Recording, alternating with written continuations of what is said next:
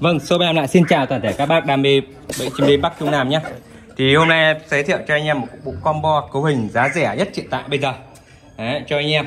Và đây là cấu hình combo giá rẻ như thế nào thì anh em cứ alo vào cho shop và số điện thoại góc mình video các bác nhé. Đây là loa nén 10W này, loa nén Việt Nam các bác nhé. Đấy, và đang vào mùa chim đi mạnh nhất của năm nay.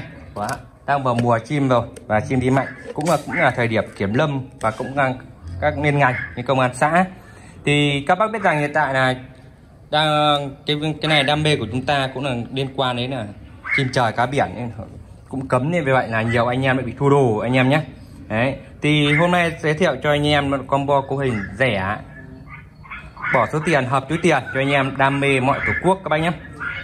Chiếc loa 10W bé nhỏ như này thôi cho chúng ta nhỏ gọn. Đấy, nhỏ gọn. Đấy, cơ bản nhất cái loa nhỏ gọn này cho anh em chúng ta giá lại đã rẻ rồi. Chất lượng âm thanh thì sao anh em vừa cảm nhận và cảm nghĩ.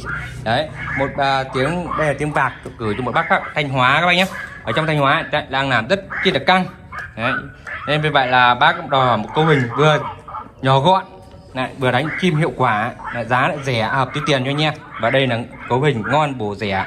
Và qua đây video em cũng giới thiệu cho anh em luôn, gồm một cam ly và hai loa 10W Việt Nam rất chỉ nhỏ gọn kia anh em nhé, rất chỉ nhỏ gọn thôi, công suất khỏi phải bàn rồi, chúng ta đánh được tầm 5 cây số là quá ok rồi. Loa 10W đấy, một bên tiếng và gọi mà một tiếng và cắn anh em nhé. Đấy, và kèm theo đó mà bác mua hai tay lưới 50m 100m, nhưng mà bác đòi là hai tay lưới 50m tách ra.